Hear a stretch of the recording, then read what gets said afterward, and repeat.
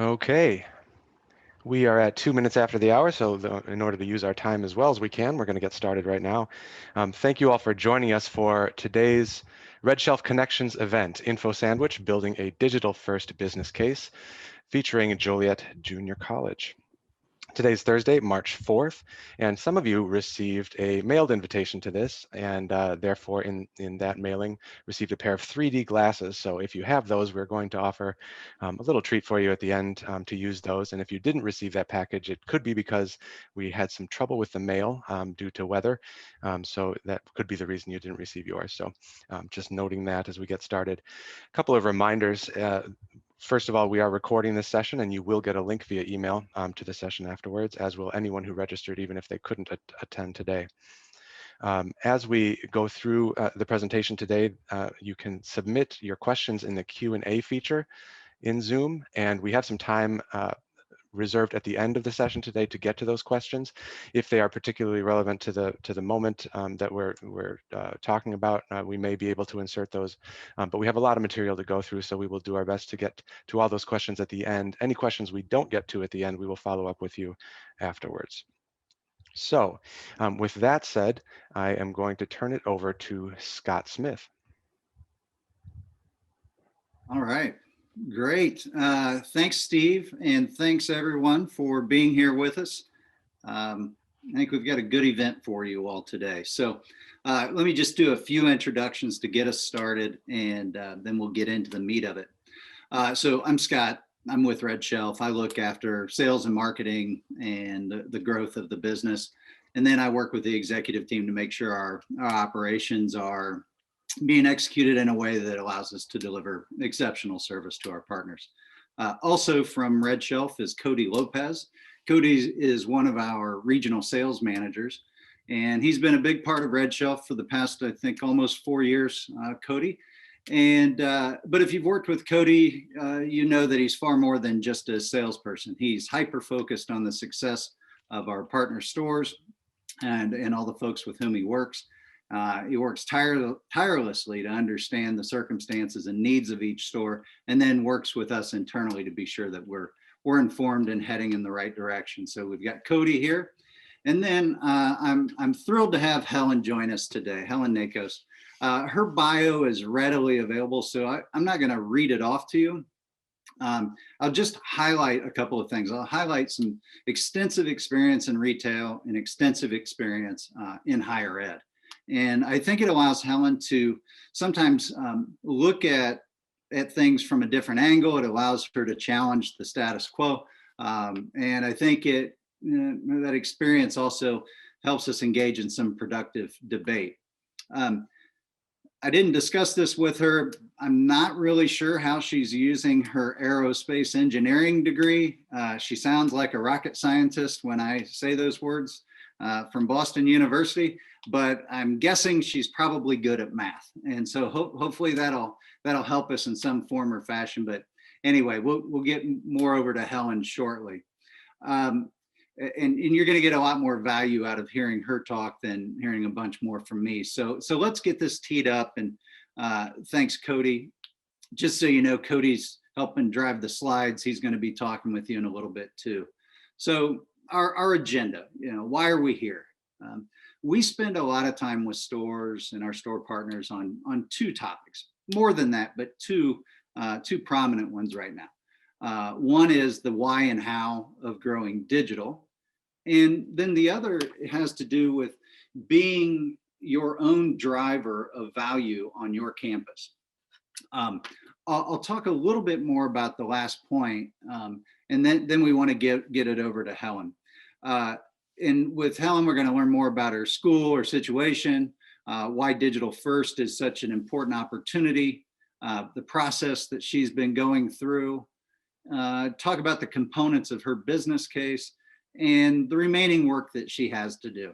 And I hope and believe that throughout that, you'll get to observe the interaction between her and RedShelf. It give you a flavor for how we work together, work on this together. Sometimes we're really, really good about Q&A, and sometimes we get squeezed on time. So we're going to do our best. We'll keep an eye on the chat. if we for some reason end up squeezed too much on time, we'll give you plenty of ways to get in touch with us and absolutely promise prompt replies. Okay, so let's go ahead. Cody, thank you. A few weeks ago, I spoke in a session at ICVA and spoke about this topic of digital first business planning.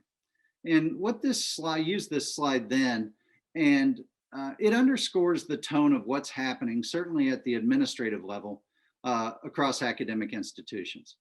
And this has always been the case. CFOs tend to look out for every dollar without a doubt. But COVID has magnified a situation, and it's a situation where academic institutions most often have a large number of fixed costs, and then they've got variable revenue streams. And COVID certainly disrupted the patterns in those variable revenue streams. The other thing I referenced, Cody, if you'd hit the next slide, I referenced some recent research that was done around why institutions privatize things like bookstores and dining services. That research, frankly, cited some unflattering and some perhaps unfounded opinions.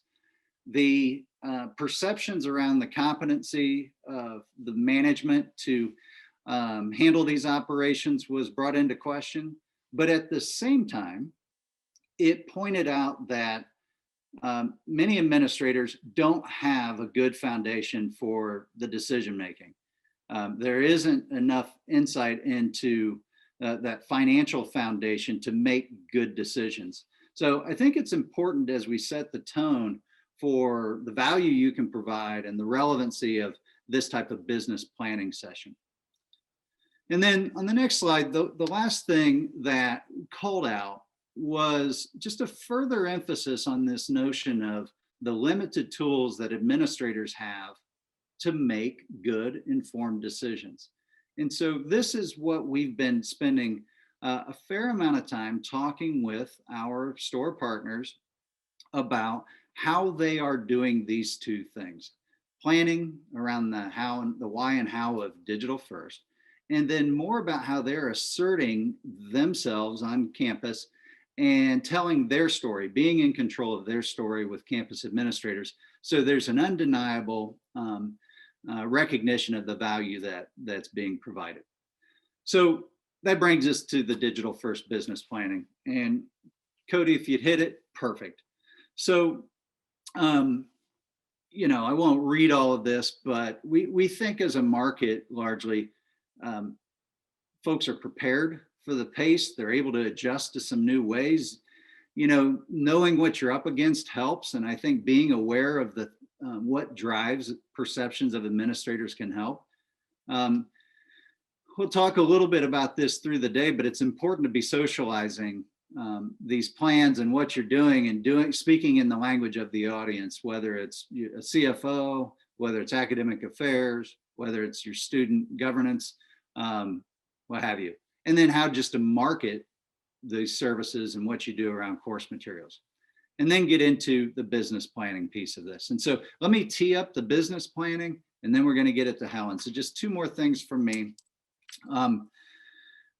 This is a language I believe that we all share. So as we talk about digital first, we've been on this journey of digital as a point of sale. We've all have inclusive access in our vernacular now. Everybody's able to at least appreciate and know what inclusive access is, regardless of the size of your program. And now we're moving into things like campus-wide inclusive access or equitable access. And there's some nuances between those two, but there's an evolution of how course materials start to be baked into course fees or even into tuition, and all that can kind of come with that operationally. A lot of financial planning can be done around this, and I think these are important components of a business plan. So we know this is a bit of the why. And then the other thing that's on the next slide here has to do with trends. And you're no doubt already speaking a language around what many of these trends are that are driving these discussions on campus. Appetites for digital formats. There's lots of sources for that information. Many will talk about what's happening with publishers and publisher activity, the impact of COVID, other retailers. Let's face it, there are people that want to privatize your independent business right now and become a provider to the school. And then what do you do to engage and retain and get students to the outcomes that make their completions satisfying? And then lastly, just things around affordability and access. No doubt, these are important trends that you're already discussing with stakeholders around the campus. I think what we'd like to do now is really take it from this higher level and things that everybody's thinking and get to how this is translating into action, real world action in a real-time scenario that's at Joliet Junior College. And with that, Helen, I'd like to turn it over to you. Feel free to give yourself a better introduction than maybe what I did, or explain yourself on the aerospace engineering, but I would like to turn it over to you, Helen. Welcome. Thank you so much, Scott, and good afternoon, everybody. I'm so happy to be here with you today. I just wanted to give you a little history and a little context to our JJC program and discussion today. Joliet Junior College is a 2-year public community college with a pre-COVID head count of 30,000 and a full-time equivalent of 8,000. Our students are very practical. Course materials are 92% of our revenue. So we are a low volume, independent, and we are expected to make a profit and contribute through rent as well. We have a very strong commitment to academic freedom, student choice, the free market, and independence. We don't have formal course material committees and adoption policies. The faculty and the bookstore enjoy a partnership that is personal, casual, flexible, adaptable, but yet we're very effective. We started our inclusive access program in the summer of 2018 with just one course, 2 sections, so one pilot. At first, we allowed the program to grow organically and naturally, letting faculty and students really drive the demand. But after the first year, we were really determined to meet our digital first goal and drive the digital story. Most importantly, we do collaborate with our digital partners, including RedShelf. So every semester we plan, we execute, and we attempt to meet our goals. Our partners have data and knowledge and experience from other relationships. So they also bring another perspective and additional resources and help for us. And then Cody, on the next slide. As you can see from our numbers, really the students and the faculty were the drivers of this program. Right now, inclusive access represents 30% of our courses that we have adoption for. However, it represents 43% of our revenue currently. So if you think about it, 70% of our adoptions that are not in IA represent only 52% of our revenue. So we're experiencing what other stores are experiencing as well, a decline in print. Our direct reports and leaders, though, this is not the end of the bookstore, nor is it the end of print. It's not an opportunity to lease. We know this is really an opportunity to help our students succeed and make their experience a more positive one, in addition to helping out the college and the bookstore financially. Finally, we really try to socialize this plan in our relationships and communications with our stakeholders. We really try to use the language, you focus on the student and the experience, and really take ownership of this program. So we lean in on our digital partners too, and we use them as a resource to get the data and build the case.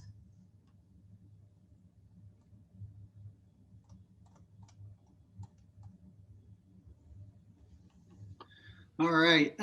So, some questions that, as we were talking, began to come up, Helen, and it was around kind of why now? Was there a big event? Did it just happen at a point in time? What really triggered, the biggest body of effort and work into looking at digital, a bigger expansion of digital? Absolutely. Well, the pandemic has certainly accelerated the demand for digital and really has brought to the forefront that we need to give students a consistent digital experience. So it really brought up the urgency to make this a campus-wide program. The Inclusive Access program also is directly related to the college's mission and strategic goals about the student experience and streamlining operations. So we're in line with the college as well. Got it. In terms of the vision that you have for this, and you're no doubt talking with those stakeholders and administrators, how are you characterizing your vision for this? How do expectations get set? You mentioned contribution that you're going to make. What's that look like, and how do you start to put your mark into what success is going to look like for this? Mm-hmm. Well, we're very clear that we want to go digital first, meaning we want to move from a course by course program into a campus-wide digital first program. We're very clear now in our presentations and our discussions with leader and faculty. It's really the vision that the student comes first. For example, the college's vision is we're the first choice of the student. And I think having the bookstore's vision for having digital be the first choice aligns with this. And Cody will get into some of the metrics later on, but we're really showing financially with all the trends that are happening. And we've reached the point, quite honestly, where we're big enough, where we need to now provide a more consistent experience for our students. We need to move to the next level. That is how we are presenting it. Yeah. Any big pushback come your way through this, or have you been stumped with any questions that have come your way from stakeholders on campus? Mm-hmm. And I'll talk about this a little later too, but to our surprise, so far in all our conversations, we have not had any opposition. What happened was we realized that the need to have a better student experience is on everyone's agenda. Yeah, great. So where are you in terms of this journey, right? We know that you've been working with administration, you have some of this plan, but you're still in the journey. How would you kind of characterize where you're at in this process right now? Absolutely. Our program is actually still growing, which is very encouraging. After our presentations, as I mentioned, we were actually very pleased that there really are no objections to going to a campus-wide or even an equitable access model. We found that faculty want the same quality education, which means including digital access and access for all their students. So it's greater than what we thought. What we're starting to see is this is what faculty wants to. And as we present to staff and administrators, they're on board too. And earlier you had mentioned what has come up. Faculty actually gave us two very challenging questions, whereas we may not have the direct answer. They want us to help out with this. And the two questions were, how can we, as a college, provide internet access and equipment to students who need it and can't afford it after COVID funds? Because right now we are using COVID funds to get access and laptops to students in a rental program. And then the second question was, how can we have dual credit students be involved in inclusive access? Right now, the registration process does not allow us to put that course material fee that's attached to the section with tuition to dual credit students. So what we're hearing is faculty really think this is part of quality education, but we need to address these two questions. Yeah, I'm glad you mentioned those. I think you probably have some of our guests who have mentioned those questions come their way as well. I think that's an interesting topic. Helen, if I could go back, you mentioned talking about how you've worked with partners. I know you mentioned data. Could you kind of elaborate a bit more on how your partners have helped you and what the best approaches have been? Absolutely. Cody is my regional sales manager, as you know, and really we've collaborated from the beginning. Every semester we meet and we make plans for the Inclusive Access program. And we try to really make the goals be attainable progressive steps. For example, in the fall of 2019, our goal was to onboard the math department. In spring of 2020, we wanted to make sure we started converting all existing access codes on the shelf into the program. And then finally, this spring of 2021, we collaborated on the presentation to our leaders, deans, and department chairs with clear benefits and goals ongoing campus-wide. You know, he and I really tried to anticipate and address all of the concerns and questions any of the stakeholders would have, including improving affordability, greater control of the student experience, protecting academic freedom, protecting student choice by supporting print upgrades and print options for opt-outs, reducing financial and inventory risks, increasing revenue and profit, and really leveraging the technology, leveraging the program to streamline operations. And, you know, and quite honestly, I think Cody can best elaborate on the process and the data.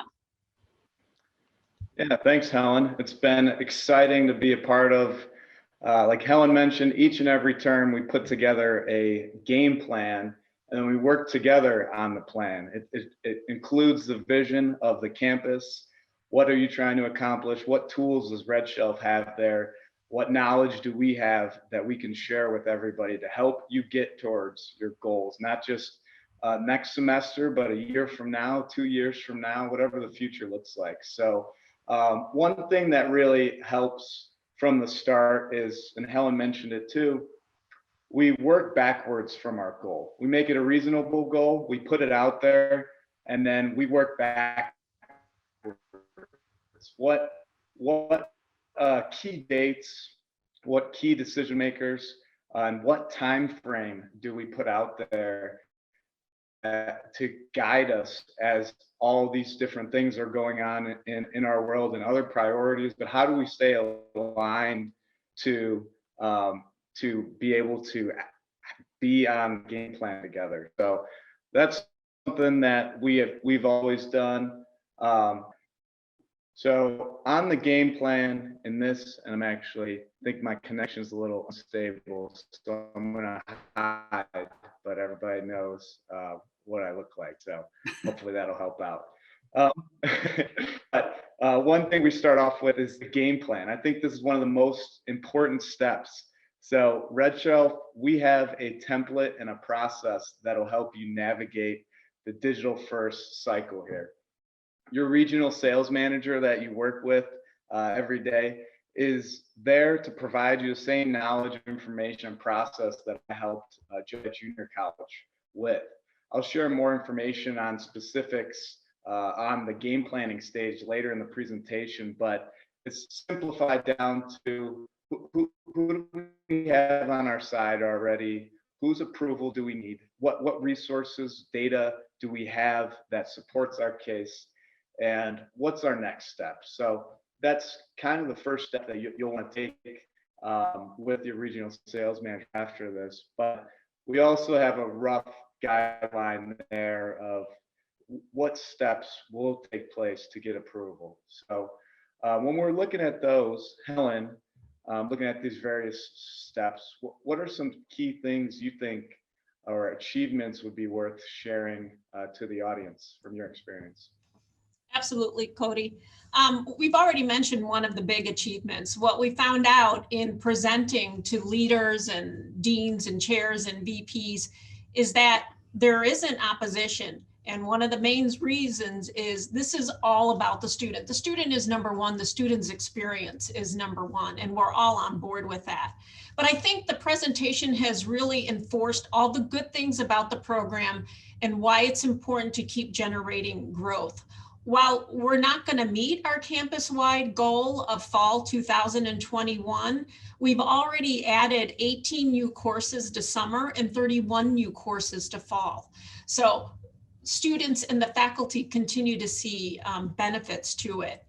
And third, financially speaking, this year with the losses in sales that we had with the pandemic, inclusive access is currently 43% of revenue. Last year, it was only in the low 20s. So to tell you honestly, I can't imagine not having the program at this point. Awesome. Well, that's showing the game plan and how you're being intentional planning for this. But really, we can't control everything in this process. There's going to be some things outside of our control, but we really focused on doing the best of our ability to focus on what we could control outside of our direct control in this process. Yep. And, you know, Cody, we kind of already mentioned two of the big questions that faculty had us, which are out of our control. It's not our department handling the laptop rental program, and nor do we know at this point what's going to happen post-COVID. But really, it poses a question to the bookstore is how can we influence things that are not in our control? How can we partner and bring in other stakeholders that weren't initially involved in the process? And you might laugh at this one. One of the other things that might be challenging is scheduling. I mean, imagine trying to take leaders from different levels, different departments, you know, a VP, a faculty member, a chair, and try to schedule them at the same time for a full hour. That can be a little tricky. But what I found helpful is actually working directly with the administrative assistants, going directly to somebody who knows everyone's schedule, doing a little reconnaissance work, and looking really at a big time period, a week, many days, finding out when everyone's available before you actually try to put something on someone's calendar. And to tell you honestly, it's the bookstore that's going to have to bend to everybody's other schedule. So we really try to be flexible. And if it's not urgent on our end, we drop it and we have these meetings.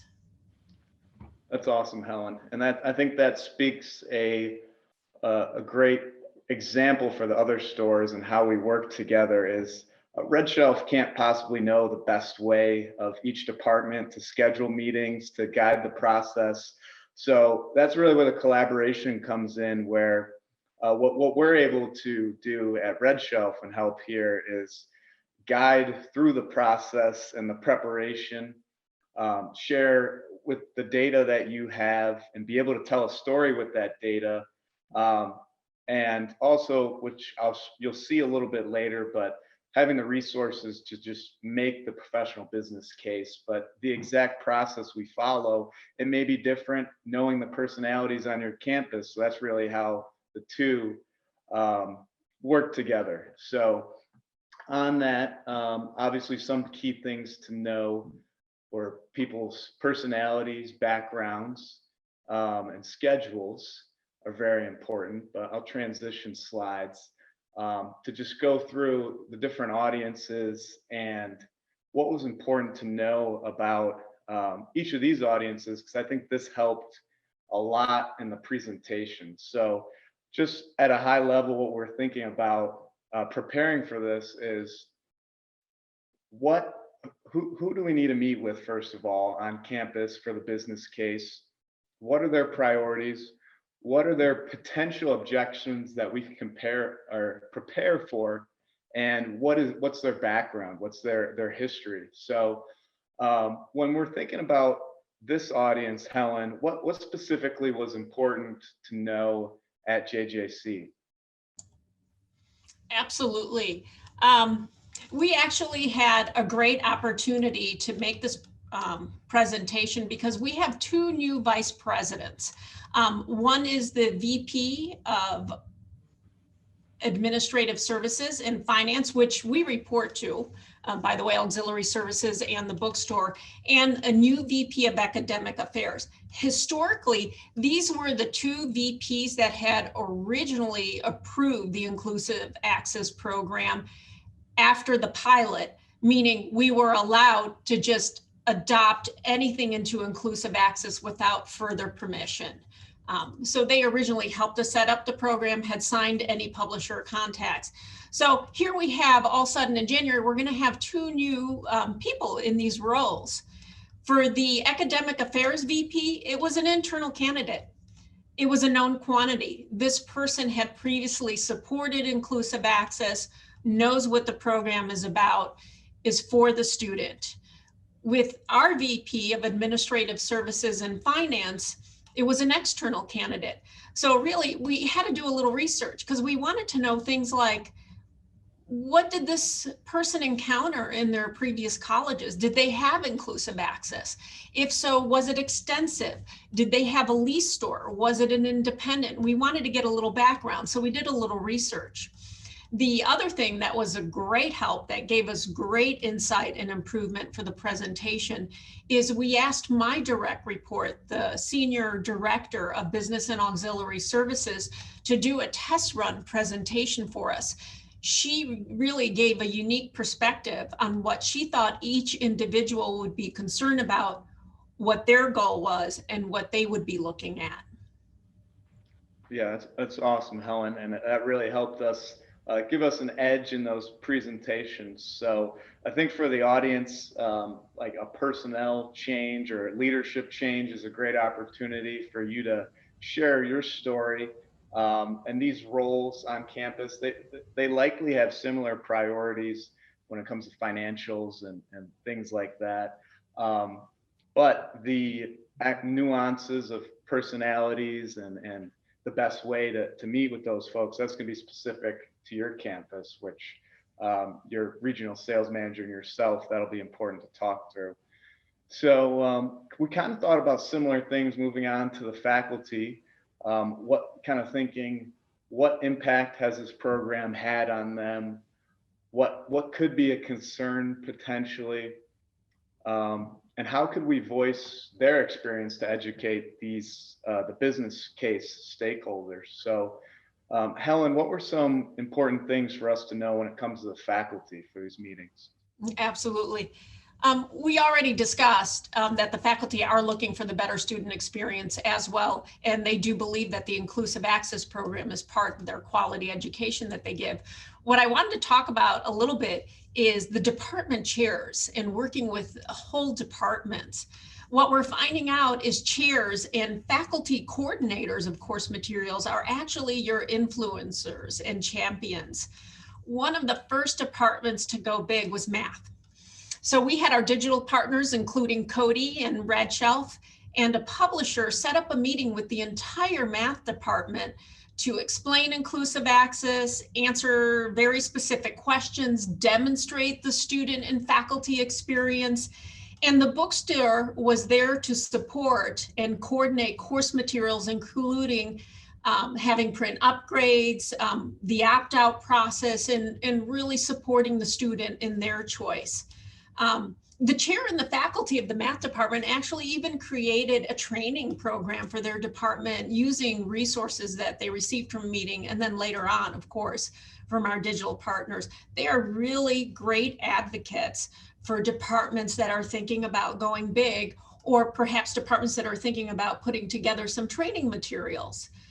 Because one of the things that you find as you get larger, you really have to address, or departments have to address, because it is here at JJC, their responsibility to train their faculty. What do you do when you're an onboarding adjunct who's hired, the same day that a course starts? So really, they took into account all these things to make sure there weren't any hitches on there and in delivering that experience to the student through their faculty. And right now, our business department is actually looking into the expansion of the program and really has taken on gathering some data and working with some of our digital partners in that search for us. That's awesome. And I think it points to the opportunities that are available on campus for you to, when you go out and talk to people whose goals align with what you're trying to accomplish as well.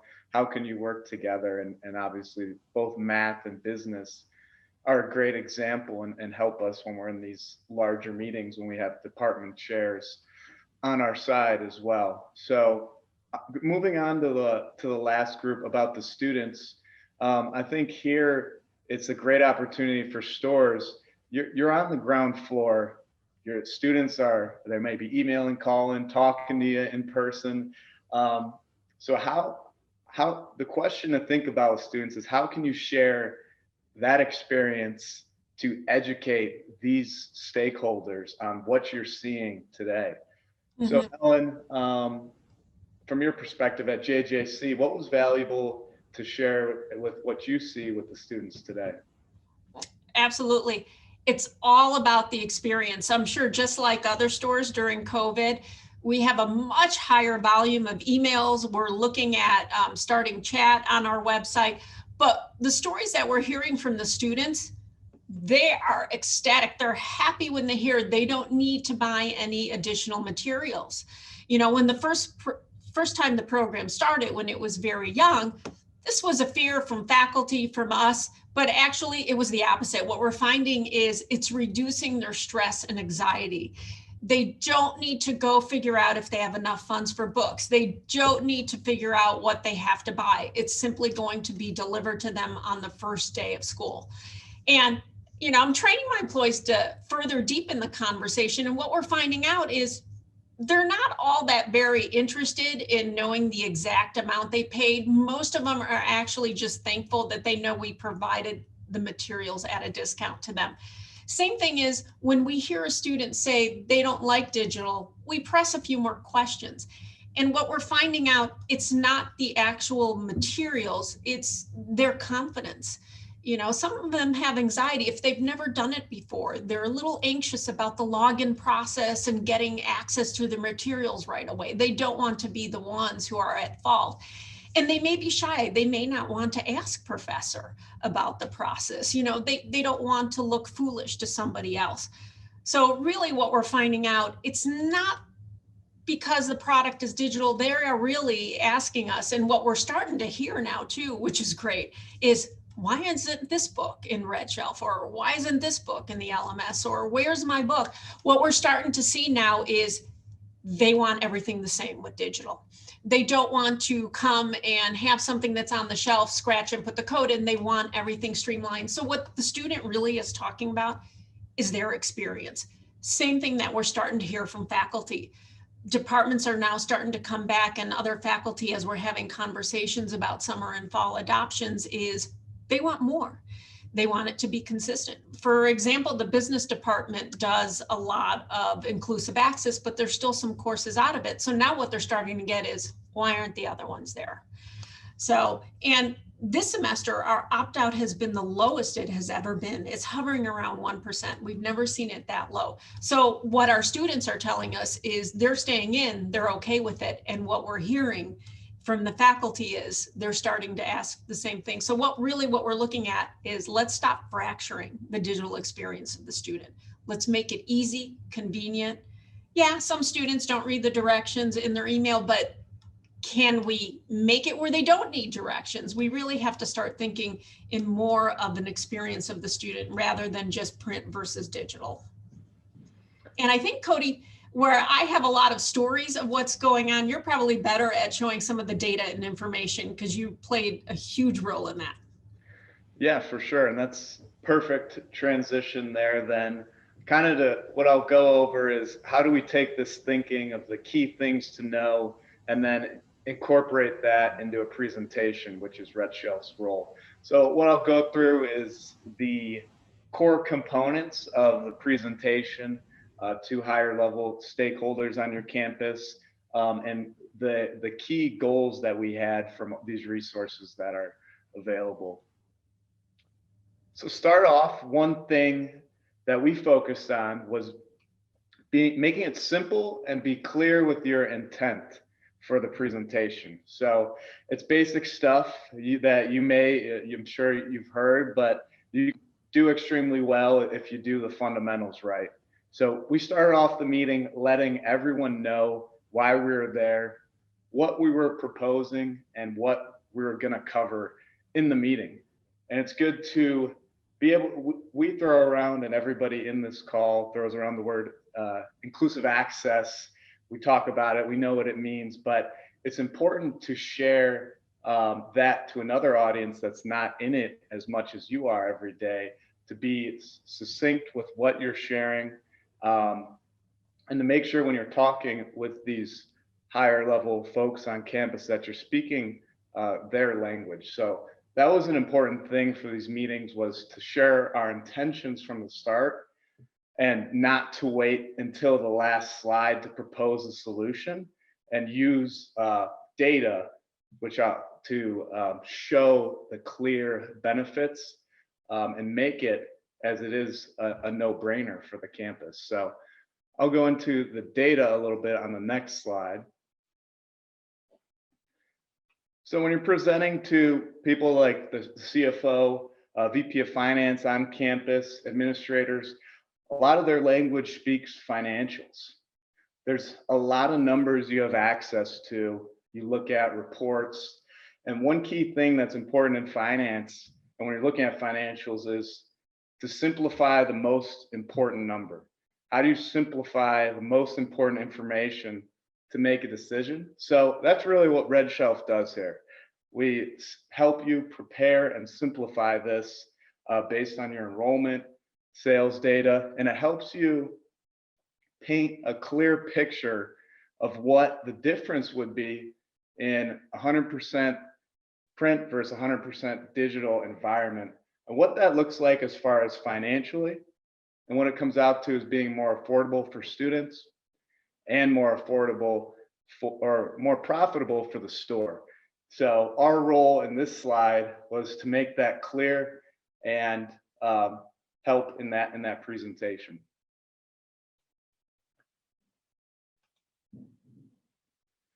So after stating the advantage of digital first, it's important to share the trends going on your campus. So we have a framework, like I mentioned at RedShelf. All you need to do is provide very minimal sales data. We're able to put that into a chart that goes in to tell your story. So what this does is educate the audience on what has happened already organically, and what we're proposing is to be intentional behind these trends that are occurring today and move towards a digital first model on campus. So the audience you're speaking to, they may not know the trends, they may see the numbers, but what we did here was take data, help you tell the story with your data.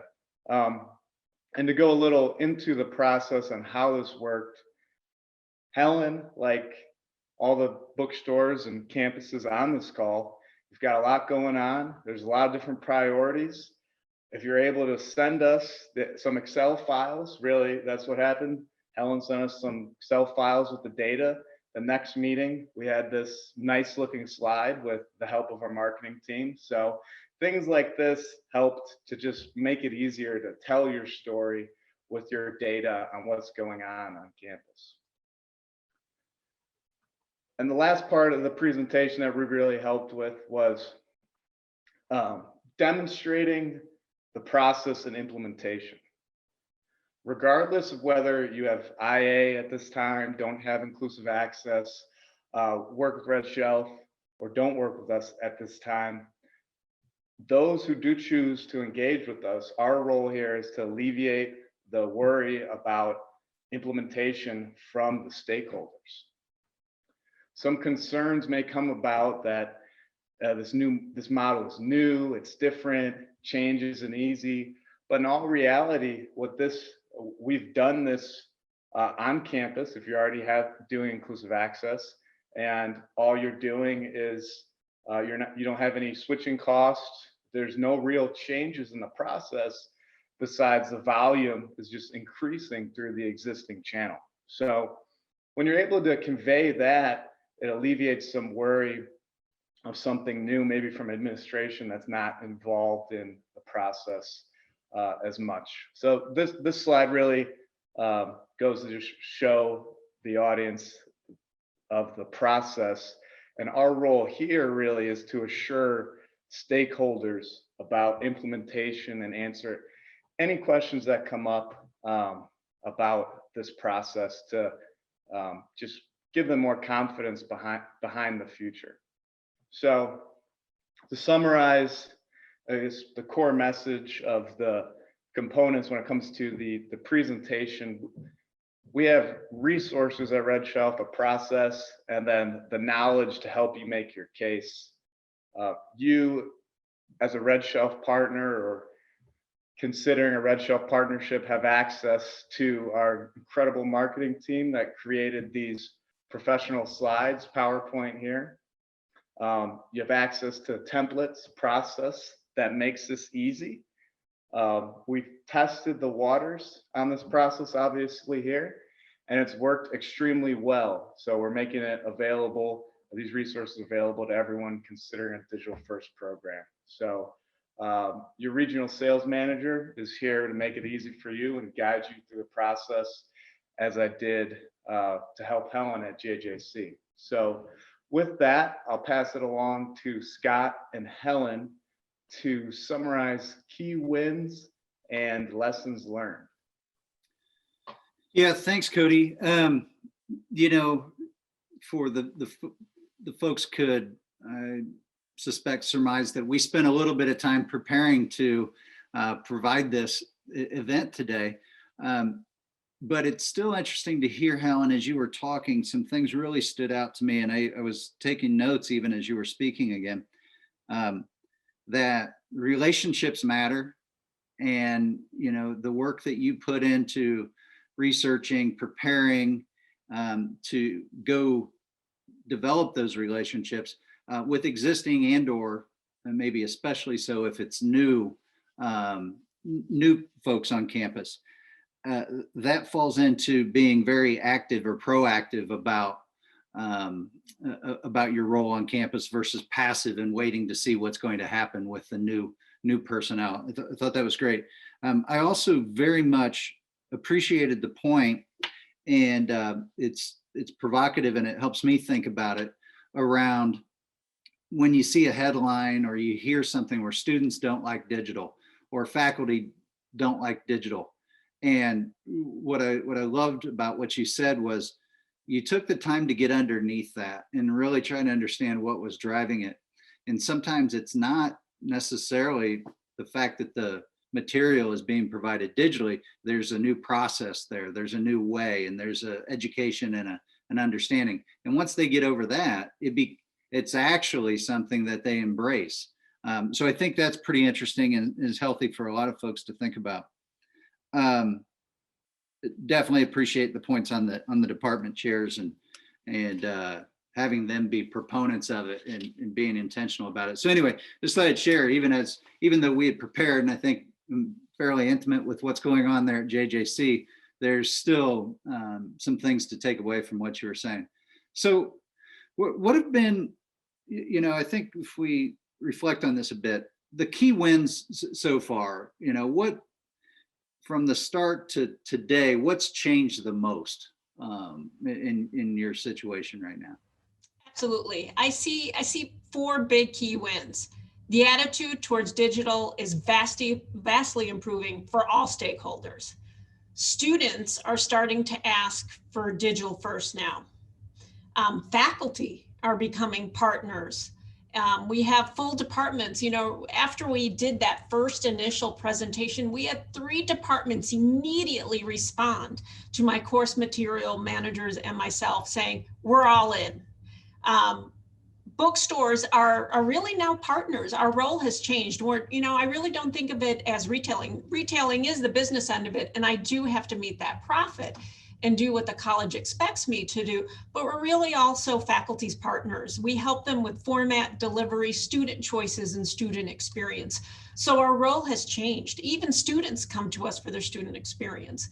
You know, at first it was a little frustrating because you were helping students log in. Now we fully accept, you know what, that's right. Students are gonna come to us and help us log in.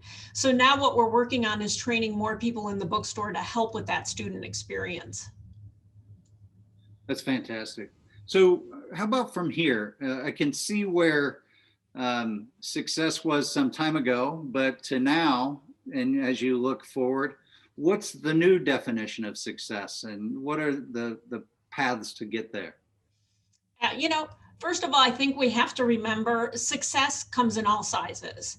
A lot of times we think we have to have big lofty goals, and it's great. you have a digital first goal. But if you're not there, you start small. You start with one pilot. And I think more importantly, you have to socialize and market these successes.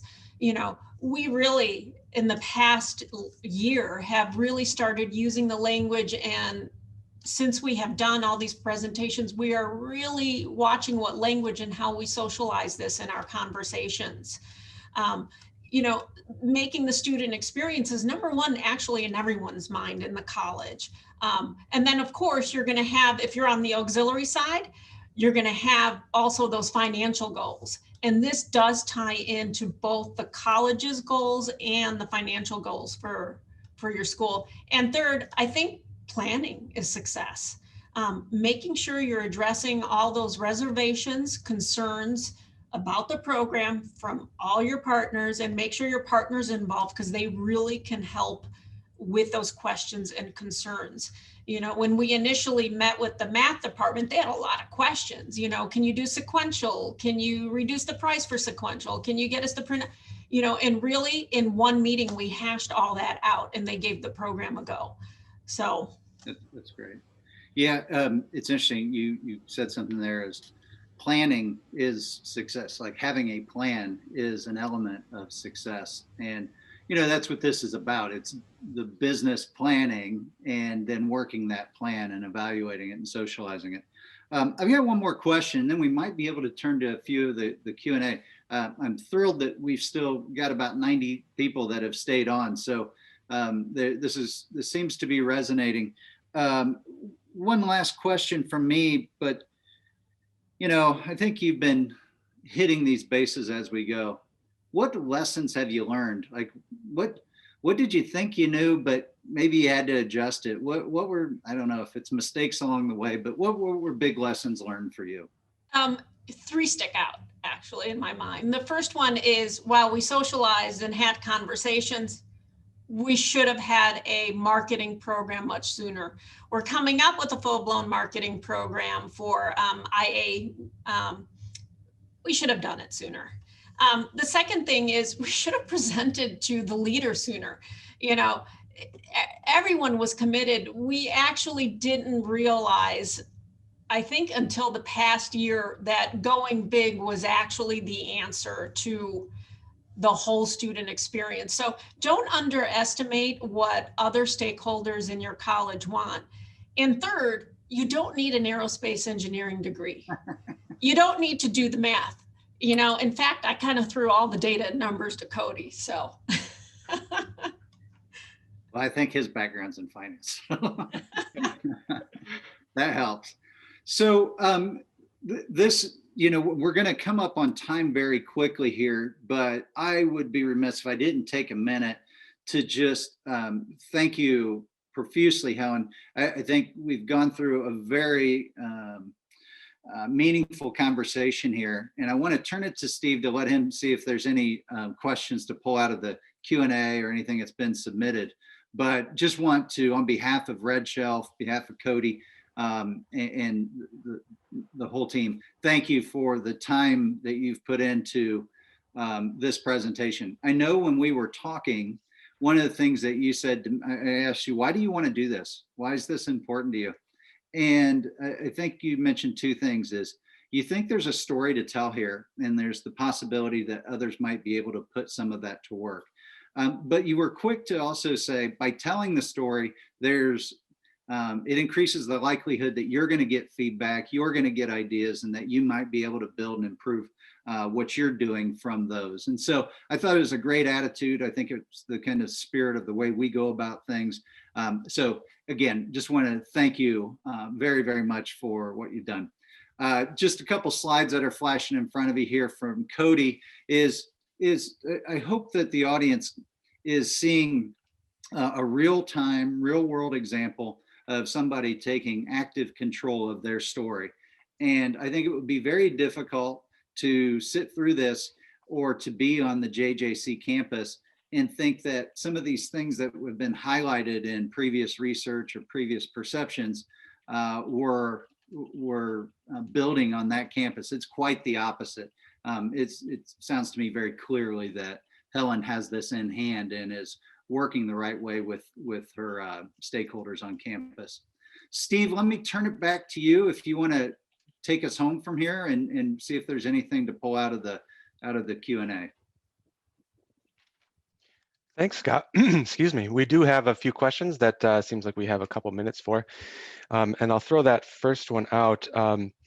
We had a question from Charlie for Helen on the stats that you might have collected so far on improved retention, student retention, or improved GPAs in your math department, which was one of your early departments to go big. Great question. When the program was young, our previous VP of Finance did want institutional research to look at drops, grades. The program was still small. So statistically speaking, we had to wait to gather that data. So we revisited the data for fall 20 and spring 21.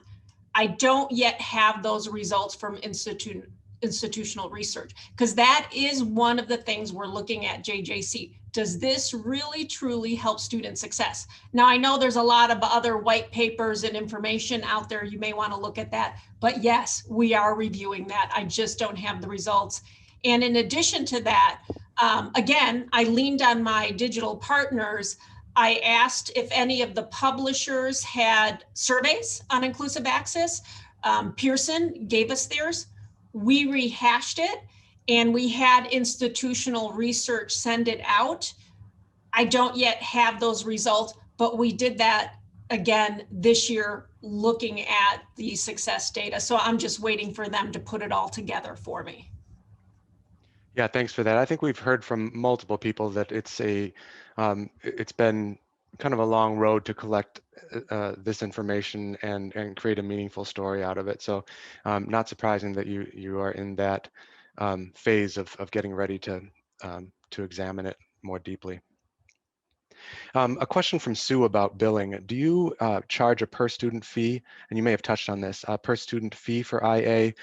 Is that in your plans, or is it per title right now, and will you continue to make that the fee?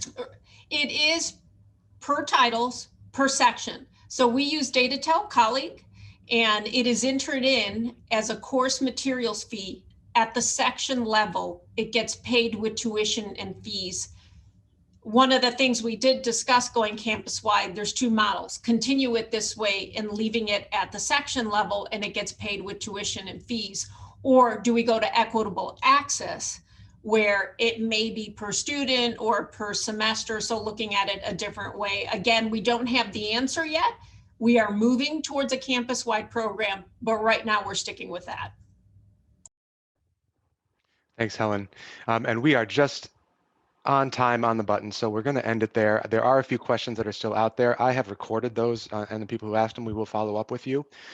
You can also expect an email, hopefully within the next 24 hours or so, with a link to the recording of this session, as well as a link to the recording of Scott Smith's business encounter session at ICBA.